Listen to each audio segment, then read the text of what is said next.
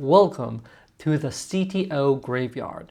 We're a bit past Halloween by now, but I'm sure that if you get to know these 7 archetypes of CTOs that almost always fail, you'll be able to be a better tech leader in your organization. And of course, everything here is relevant even if you're a VP of engineering or whatever tech executive title you've got. These are all cases I've seen so many times and are so frequent that I personally have become able to pattern match these when I see it so I can help people faster. But for you, if as we're gonna go over this, as you're listening, you realize, that strikes a bit too close to home, you can tell that maybe that's an area where you need to focus on, where you can make a great improvement, which is a great thing. Knowing where we're weak is usually the first step to start becoming better rapidly. By the way, if you're new here, I'm Ivory Ben-Yosef. I'm a tech executive, coach and consultant, and this is what I do. I help tech executives just like you become the best versions of themselves so they can create teams worth leading. Life is too short to lead mediocre teams. And let's start right off the bat with the Jira Butler. That's the first type of the CTO doomed to fail that I see, and all too often that is the default stance of so many first-time CTOs or leaders, because this is what they know what to do. This is their path of least resistance. This is where they feel like they shine. The Jira Butler is the person who's essentially an order taker, as I described in my book, The Tech Executive Operating System. That's the leader who's just so intent to do anything asked. Just give them a task and they'll get right to it. They will find a solution. They will get it done. And of course, that's better than someone who finds no solutions and gets nothing done, of course.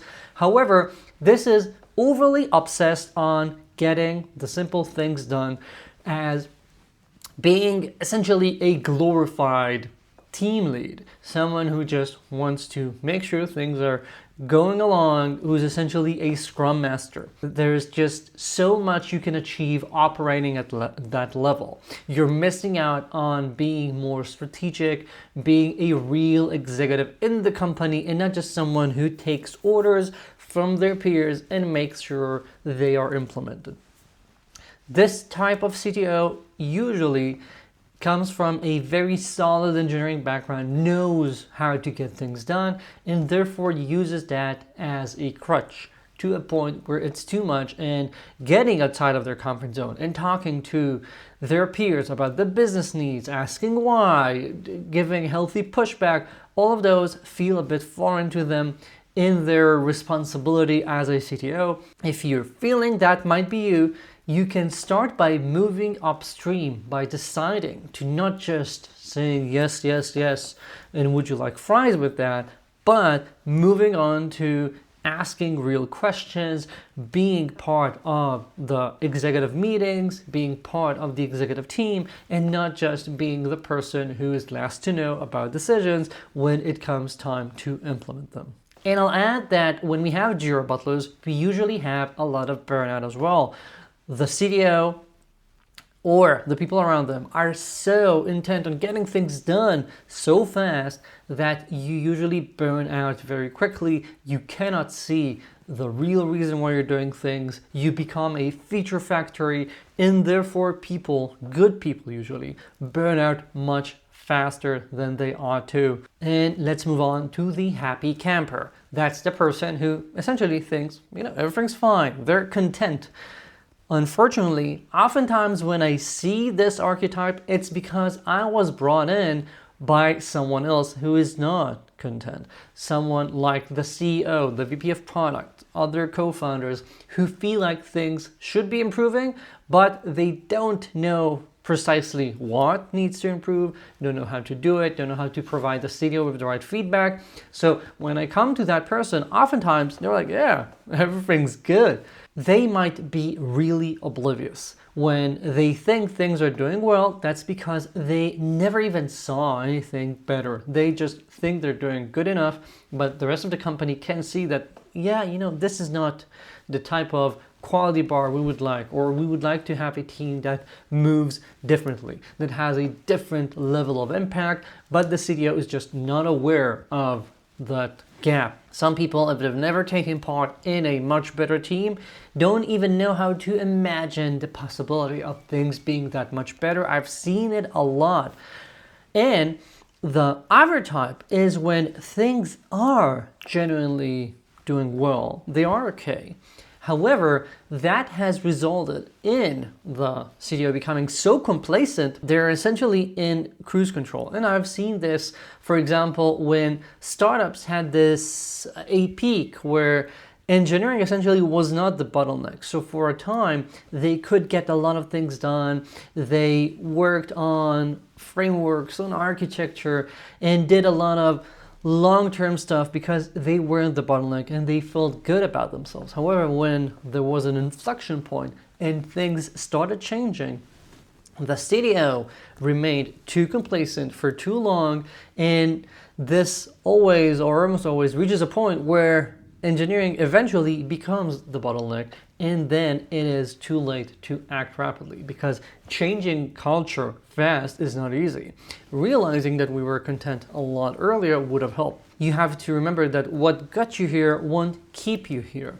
You have to continuously improve and continuously reinvent how you work, how your organization works, what is your modus operandi about different types of issues, about how you create innovation, about the type of people you even hire, etc. You have to constantly reinvent and reassess how you're operating. You cannot feel like, okay, we've got this settled, we're good, I don't need to look into that anymore.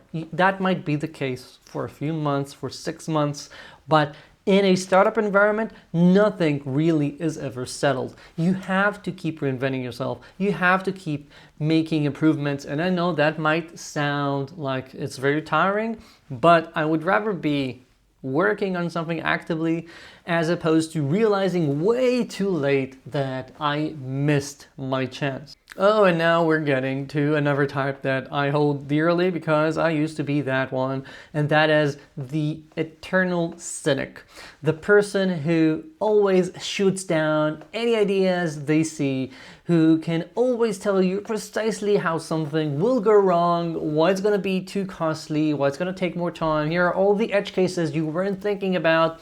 That's the person who is a world-level expert at finding issues in anything and telling you it won't work. It's so easy for people coming from a senior engineering background who are used to thinking about the else of every if, who always have this ability of debugging things, of reading a pull request and seeing, yeah, this is going to break when we have this race condition, or did you think about what's going to happen if that transaction fails exactly as we're doing this, etc., etc. These are the people who are always on the lookout when it comes to code, and they take the same approach to leadership, where that cannot really be done. This is the person that when they allow themselves to be like that, they might feel very clever because they keep finding all the issues. However, real cleverness is about finding ways of making things work. It's a lot easier to just dismiss everything and saying it's infeasible. The hard work is finding a way of making it happen. That's, the business we're in startup world. I want you to consider whether you're just getting used to being the fastest shooter, and if someone has an idea, boom, you shoot it down even before they finish writing it on the blackboard. Or are you able to create possibility? Can you entertain the idea of something being possible and waiting enough to find some workaround, find a first step, have room for innovation? Because when you immediately shoot down things, you will almost never have anything really innovative. You will usually just be repeating the same things. You will work a lot more slowly because as you find all the different ways things can go wrong, you tend to buffer things way more than needed. So anything Even small tasks take weeks to complete because Parkinson's law tells us we never complete things ahead of time, etc. And I'll just mention that if you feel like this might be you, I have an entire video about the CTO, the CTOs who say no to everything, and the card should be somewhere here on screen if you want to watch a bit more about that. Now we get to the Ivory Tower architects. These are the people who know on paper, in theory, everything. They have read all the books, they've watched all the talks. However, when it comes to actually implementing things, they don't really know how to do it either. They lack the ability of getting people to work, of instilling purpose in their team, of getting people on board of stuff, or they really don't like being in the details. They really don't like assessing why something isn't working out, hearing an issue and helping the team get over it. Sometimes you have to pull up your sleeves and be involved in things. And if you're always in the Ivory Tower, you're always there to the side, thinking about the grand scheme of things and never willing to take a step toward your team and take part in what they're doing, you will become too disengaged to be effective. You might be very good at speaking in conferences about what the company is doing, about convincing potential hires about why your team is awesome and joining you. However, you will not be able to create a team that essentially always gets better, that tackles issues in a way where it comes out of it faster and better, because they won't have that background. They won't have that foundation of a leader that can help pull people forward. We have to sometimes get our hands dirty. We have to be involved in the day-to-day because the team needs to see that they can count on us, because when you do that, you get direct connection to what is being done. You don't just hear things through 3 levels of ICs and managers until you hear about things, but you can witness it with your own eyes and see that what you're hearing is what's actually happening, etc. So the Ivory Tower is nice from time to time, but definitely not where you should be the majority of your time. And we have the exact opposite of the Ivory Tower architect, and that's the CTO, who is the Chief Tactics Officer, the person who is always in the details, always doing the tiny things, never thinking about the strategic aspect of stuff. So that's the person who not just is, like we talked about earlier, the Jira Butler, but the person who is doing well when it comes to whenever you give them a KPI, they will try to get to it. Whenever they hear that anything needs to be implemented, they will do it. They lack the ability of injecting the actual strategic and innovation part of technology into the company. These are the people who have an issue with taking the time to think about what can be done differently here. Where is the industry going? What changes are we seeing in technology, in the way we're working, and competitors, whatever, so we can try to be a step ahead of stuff, not just be tactical and always doing the right thing short term, but realizing that in the future, with the changes we're seeing, maybe we need to be investing in this type of stuff. Maybe we have an opportunity to do things differently when it comes to, remote work, hybrid work. What type of talent are we getting? How are we even interviewing people when we are in this new world where anyone might have an AI assistant on another screen as we're interviewing them? Whatever. I want you to be on top of those things sometimes. You need to be someone who's not just into the day-to-day, but thinking about strategically what's going to change in our role, in my organization, for the company, and how can we make things better by having that thinking, by being also aware of that. You always have to strike the right balance. You can't be just strategic, because then you'll end up in the Ivory Tower, but you also cannot be the chief tactics officer, the person who's always into the details, who feel like they have to know about anything being done, about all the different estimates that we have to ensure that everything is being done just right, just like you would have done. You have to learn how to let go and let people do things on their own. you have to learn how to be a bit more at a higher altitude so the rest of your team can fill in and grow and learn how to do things themselves. Now a type that I've seen recently a lot, which is the cost cutter. We had too many startups that realized that they have to do things differently because raising funds is no longer as easy, because now going towards building a real business in a startup has become something all of a sudden you have to do. And what we end up doing is being too focused on cutting costs. You see that in layoffs, you see that in working so much about cloud costs, optimizations, FinOps, etc. And I'm not saying these things don't matter.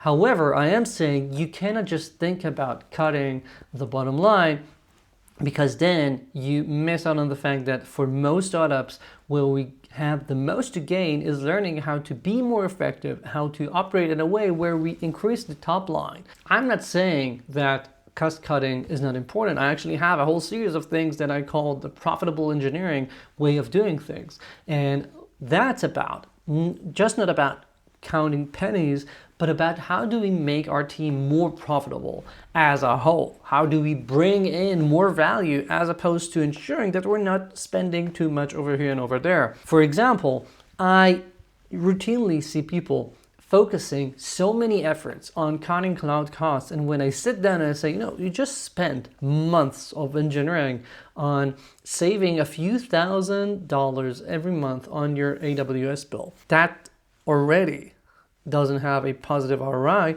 And if we're thinking about what that he might have achieved in those months, you will probably never make up the amount of money you invested into getting that a bit of extra $1,000 every month. I keep saying that, for example, 37 Signals having so much work being done in working on their own, on ditching the cloud, to me that feels like they gained $1 million, but the cost of the ops team and of having the CTO obsessed over this as opposed to obsessing over how do we get more value, I'm not sure, but it feels to me like they might have gained some short-term cash for a lot of long-term profits they missed out on because they were too much into cost-cutting mode. If you have to do that for the business, okay, but don't ever make the mistake of thinking that is your responsibility or sole responsibility as a CTO.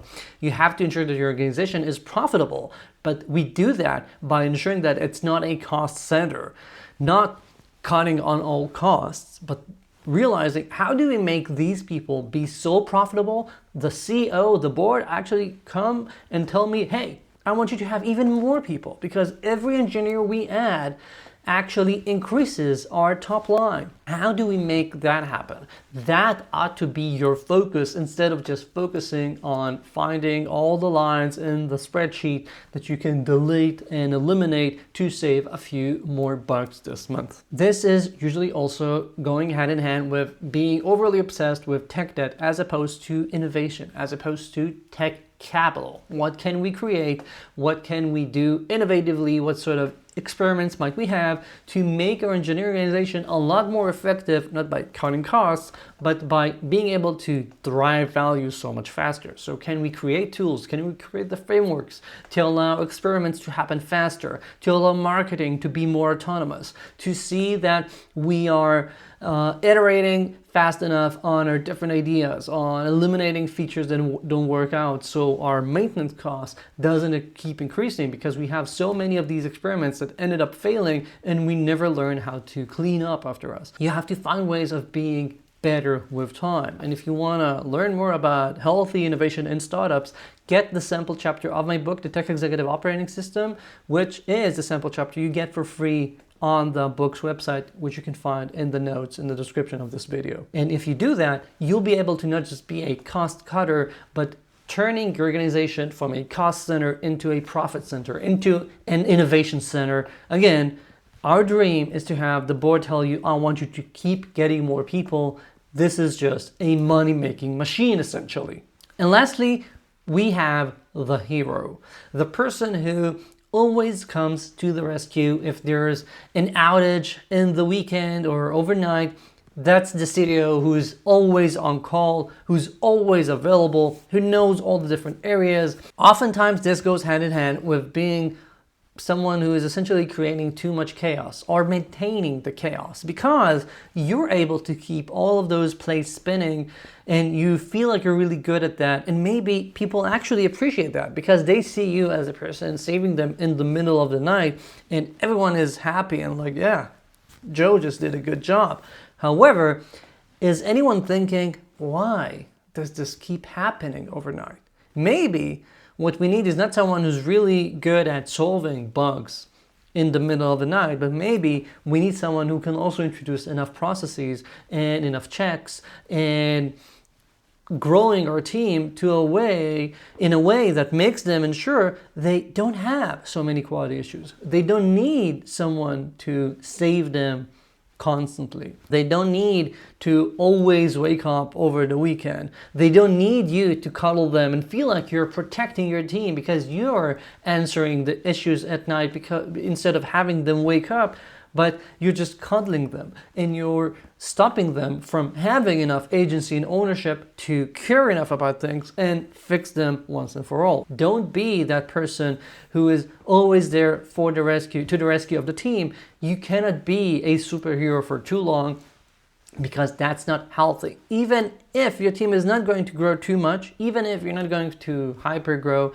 which I don't recommend, but if you go to hypergrowth, usually you cannot remain the hero for too long because there's just too much going on. But even if your team is going to be essentially constant for the next year, if you keep being that hero, you keep being that band-aid, you will ensure that whoever stays along has turned off that part of the responsibility, ownership, agency in their brains, because they know that mama is always going to be there and save our behinds when we have an outage. I don't want to create that team. I don't think you want to be leading that sort of a team, and I don't think that's the team your company deserves. That's it for this video. Thank you for watching this. I hope you recognize at least one part where you feel like you maybe can improve. And if you want to check out more, somewhere on screen there should be a recommendation for a video that I think will be relevant to people who got a lot out of this video. Thank you, and subscribe to get the next one.